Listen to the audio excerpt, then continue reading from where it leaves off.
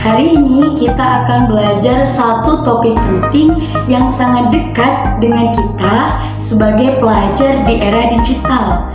Hidup di era digital seperti ini membuat segalanya terasa lebih mudah.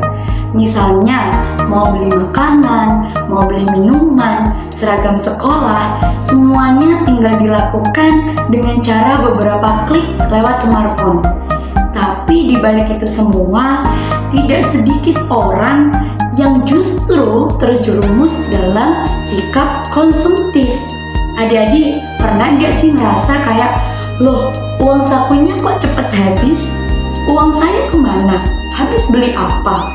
Nah, di era digital seperti ini, terkadang kita membeli sesuatu bukan karena kebutuhan, tapi karena takut ketinggalan. Atau dalam istilah yang sekarang dikenal dengan istilah FOMO.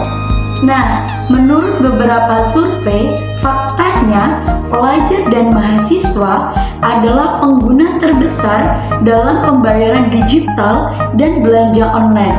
Namun sayang, dari mereka masih sedikit sekali yang mempunyai kemampuan untuk mengolah uang dengan bijak.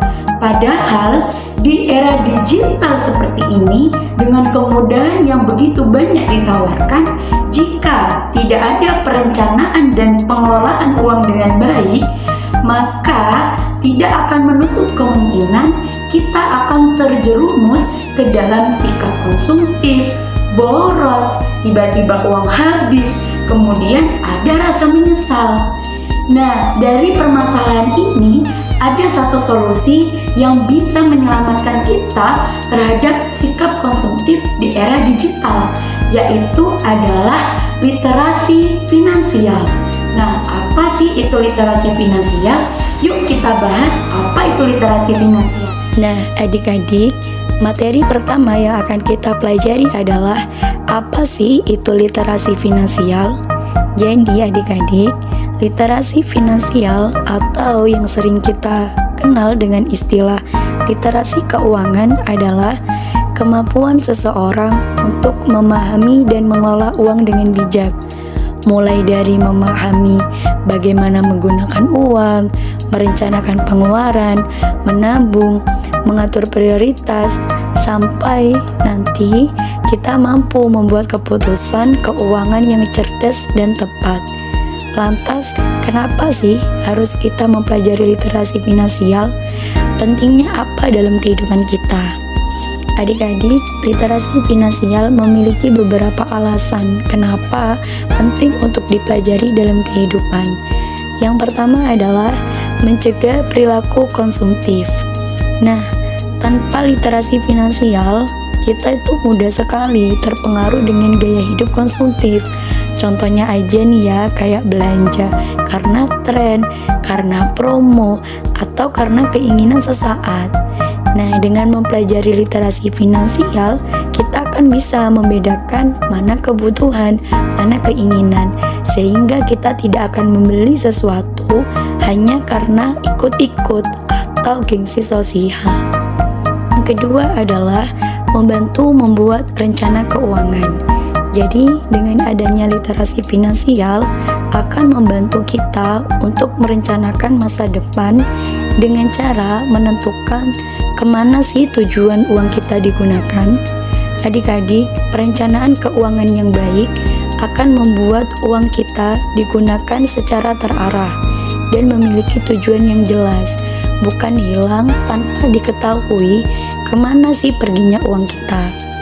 Kemudian yang ketiga adalah mengajarkan pentingnya menabung dan berinvestasi. Menabung dan investasi adalah cara membangun keamanan keuangan. Menabung untuk kebutuhan darurat, sedangkan investasi untuk meningkatkan nilai uang di masa depan agar kita tidak kalah oleh inflasi. Kemudian yang keempat adalah menghindarkan dari hutang dan penipuan.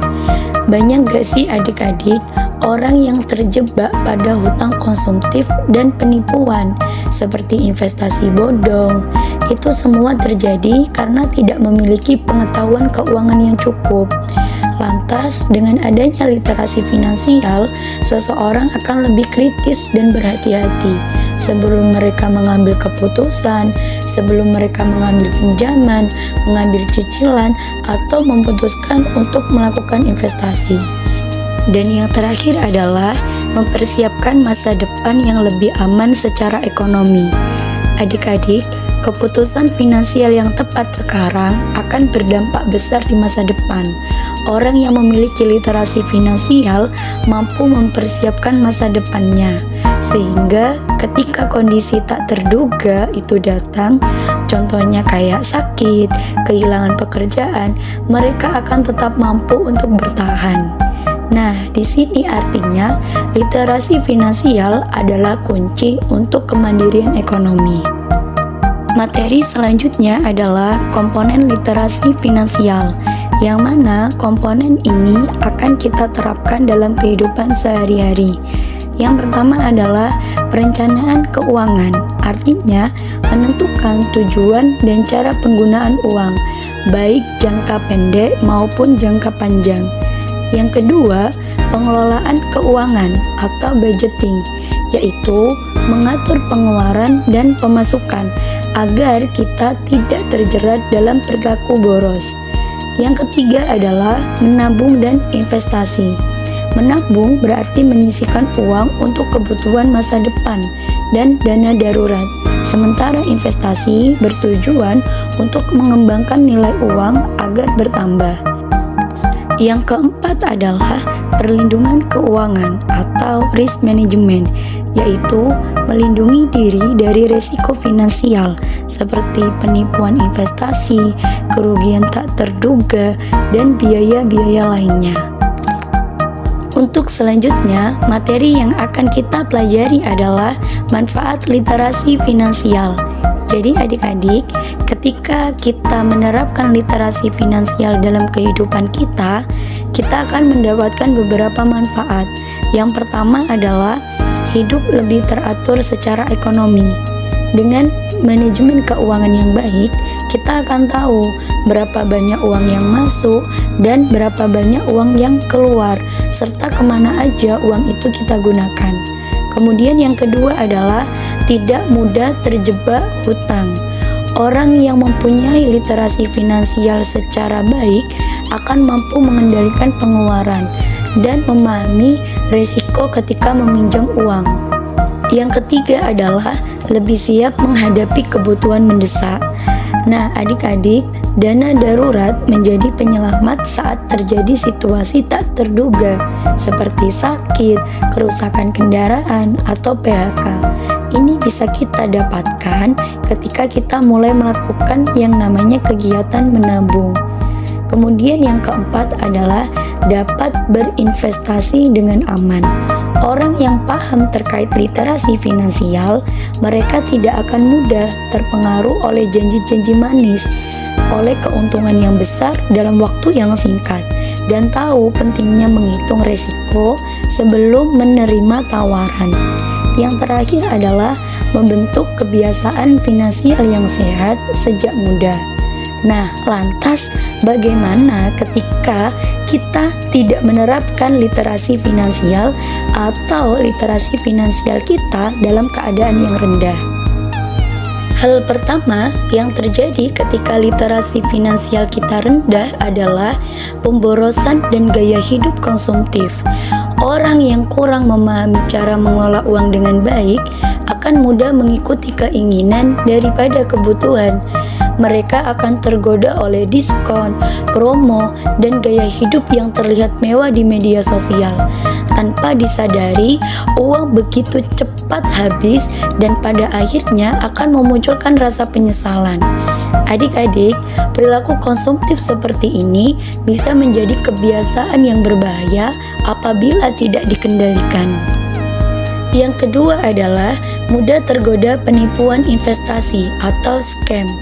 Kurangnya wawasan tentang investasi membuat seseorang mudah percaya pada tawaran keuntungan yang besar dalam waktu yang singkat.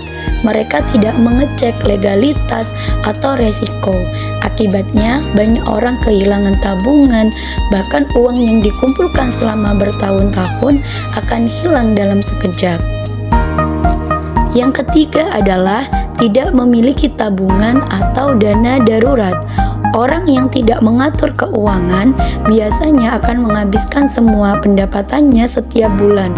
Tanpa tabungan, hidup akan menjadi sangat rapuh. Satu situasi darurat bisa membuat kondisi ekonomi runtuh. Kemudian untuk selanjutnya adalah ketergantungan pada hutang. Ketika uang tidak dikelola dengan baik, pilihan yang tersisa hanyalah meminjam. Awalnya hanya meminjam sedikit, namun lama-lama menjadi kebiasaan. Yang terakhir adalah tidak mampu mengatur prioritas keuangan. Tanpa literasi finansial, seseorang tidak tahu mana yang harus didahulukan dan mana yang dapat ditunda. Akibatnya, uang dihabiskan untuk hal-hal yang tidak begitu penting, sementara kebutuhan utama dikesampingkan.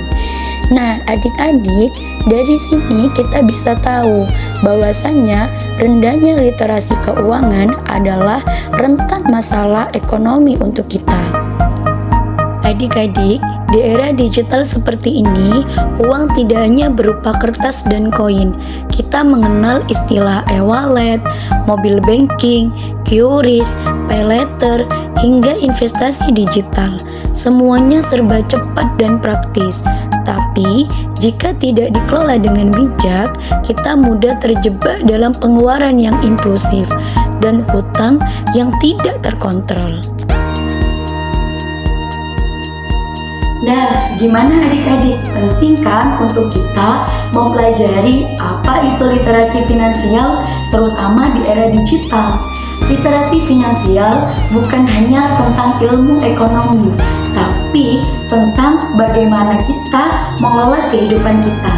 Nah, adik-adik, ada metode sederhana yang kakak tawarkan ke adik-adik untuk bisa diterapkan di kehidupan sehari-hari, khususnya dalam pengelolaan uang adik-adik, yaitu dengan menggunakan metode 50, 30, dan 20. Artinya apa? 50% uang adik digunakan untuk kebutuhan, 30% uang dari adik-adik digunakan untuk membeli keinginan, dan 20% uang dari adik-adik digunakan untuk tabungan. Walaupun jumlahnya kecil, tapi kalau kita konsisten setiap hari, insya Allah hasilnya akan nyata. Sedikit tapi terencana itu lebih baik daripada besar tapi tidak ada arah. Nah, adik-adik, di kehidupan digital seperti ini ada beberapa tips dari kakak yang bisa digunakan untuk adik-adik gunakan supaya tidak terjerumus dalam sikap boros. Yang pertama adalah catat pengeluaran harian adik-adik. Yang kedua, belanjakan uang adik-adik sesuai dengan prioritas. Yang ketiga, bedakan mana kebutuhan dan mana keinginan. Yang keempat, batasi ya top up e-walletnya. Dan yang terakhir adalah jangan belanja hanya karena promo. Ingat adik-adik, literasi finansial adalah kunci untuk pelajar sukses di era digital. Ingat, orang sukses itu bukan seberapa banyak uang yang dihasilkan, tapi seberapa bijak kita mengelola. Adik-adik, jangan lupa ya, be smart with your money. Thank you for watching.